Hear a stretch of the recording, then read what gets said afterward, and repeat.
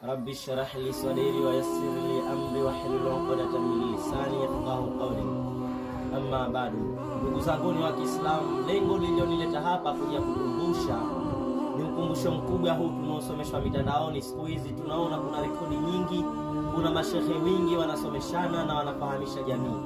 Lakini mimi kilichonifanya nikaja kwenu kuja wahusia, na kilichonifanya mimi nikazungumza hii leo, huu ujumbe na upeleka kwa Sheikh Malemba.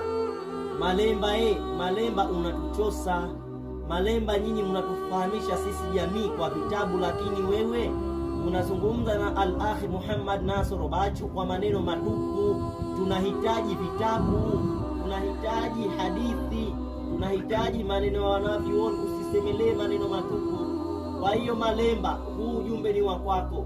Sisi mnatufahamisha, mnatupa ilmu kubwa sana mnapokuwa na mizozo kama hiyo, mkatumia vitabu pamoja na hadithi pamoja na maneno ya Allah tabaraka taala.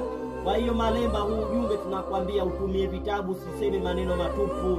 Na tunaambiwa al-ilmu qala Allah qala rasuluhu qala sahabatu hum ulul gharifani. As-sahabatu Rasulullah sallallahu alayhi wasallam. Madinu nasbuka lil khilafi safahatan baina ar-rasulu wa baina qawli fulani. Ar-rasulu yaqulu kadha wa fulani yaqulu kadha. Fulani rajulun wa da'iyatun wa 'alimun lakinnahu dhallun. Mal 'ilmu nasbuka lil khilafi safahatan baina an-nususi wa baina ra'yi fulani.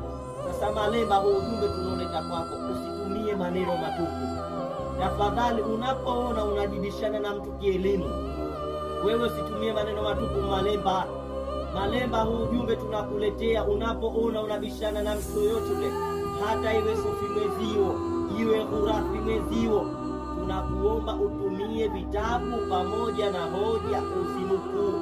Usiseme sijui kitabu fulani, we kitaje kitabu na riwaya tuione, usiseme maneno matupu, unatuchosa. Na kama huna elimu, basi tunakuomba usijibishane na shehe mwingine yoyote, maana sisi tunataka tupate faida upande wako, lakini tukaangalia hii faida tunaipata kwa al-akhi Muhammad Nasr Bachu peke yake.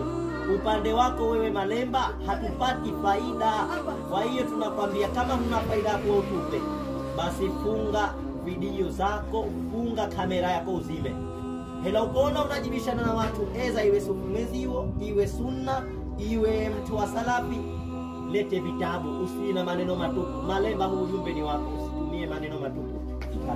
Assalamu alaikum warahmatullahi wabarakatuh.